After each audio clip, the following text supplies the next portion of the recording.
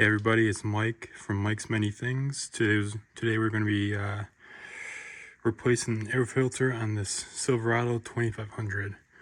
This 2016 year, and from what I understand, I did this a long time ago. There's only these 4 screws, 1, 2, and 2 underneath there. Once we do that, we should be able to drop this lower glove box and get access to everything. So we got the screw gun ready to go. It's the T15 screws. I got this cabin air filter from AutoZone. Should be the right one. Let's get this glove box off and make it happen. All right, we got this lower glove box pulled out. See here, this is the top of it. Here are those 4 screw holes, 1, 2, and the 2 at the bottom. You just gotta be careful getting the bottom 2 out.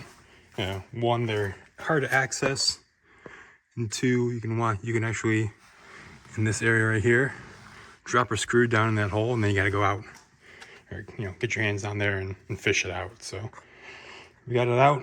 Now let's get the air filter pulled out and swapped. It's gonna be right behind the cover. It looks like a honeycomb. All right, we got the old filter pulled out. You can see it's kind of dirty. Obviously it's been collecting and sucking up leaves and everything, so probably a good time to swap a bunch of stuff down in there and down in those creases. We got the new one ready to go.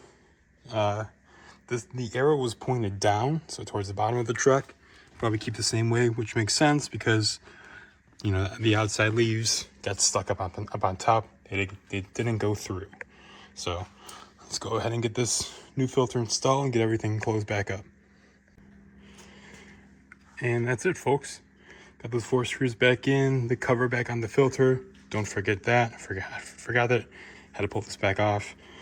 So make sure you cover that filter back up. Push it back in. Put in those 4 screws, and good to go. We're gonna have some nice, fresh, clean air for the. So, thanks everybody for watching. Hit that thumbs up, subscribe, and we'll see you next time. Peace.